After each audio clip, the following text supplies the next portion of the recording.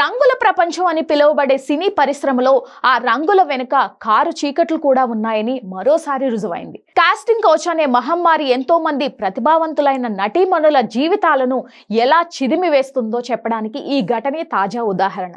మలయాళంలో బిర్యానీ వంటి చిత్రాలతో అంతర్జాతీయ అవార్డులు గెలుచుకుని మన తెలుగులో సూపర్ స్టార్ మహేష్ బాబు నటించిన స్పైడర్ సినిమాలో కూడా మెరిసిన నటి కని కుశ్రుతి చేసిన వ్యాఖ్యలు ఇప్పుడు ఇండస్ట్రీని షేక్ చేస్తున్నాయి. సాధారణంగా మేకర్స్ నటీమణులతో ఇండైరెక్ట్ గా మాట్లాడతారు, కానీ కని కుశ్రుతి విషయంలో వారు ప్రవర్తించిన తీరు సభ్య సమాజం తలదించుకునేలా ఉంది. సినిమాల్లో రాణించాలంటే ప్రతిభ ఉంటే సరిపోదు, కమిట్మెంట్ కూడా ఉండాలి అని తనతో నేరుగా చెప్పేవారని ఆమె వాపోయారు. అంతటితో ఆగకుండా కొందరు నిర్మాతలు ఏకంగా ఆమె తల్లి దగ్గరికే వెళ్లి, మీ అమ్మాయి మాకు కమిట్మెంట్ ఇస్తేనే సినిమాలో ఛాన్స్ ఇస్తామని ముఖం మీదే నిస్సిగ్గుగా అడిగేవారని ఆమె కన్నీటి పర్యంతమయ్యారు.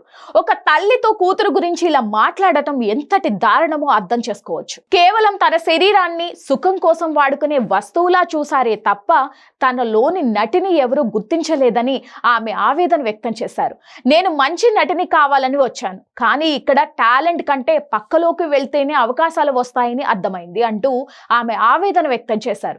ఈ వేధింపులు భరించలేక తీవ్ర మనస్తాపంతో ఆమె చాలా కాలం పాటు సినిమాలకే దూరం అయ్యారు. అయితే విధి వెక్కిరించినట్లు కుటుంబ సభ్యులు, ఆర్థిక పరిస్థితులు బాగోలేకపోవడంతో ఇష్టం లేకపోయినా మళ్ళీ అదే ఇండస్ట్రీకి రాక తప్పలేదు అని ఆమె ఆవేదన వెల్లబుచ్చారు.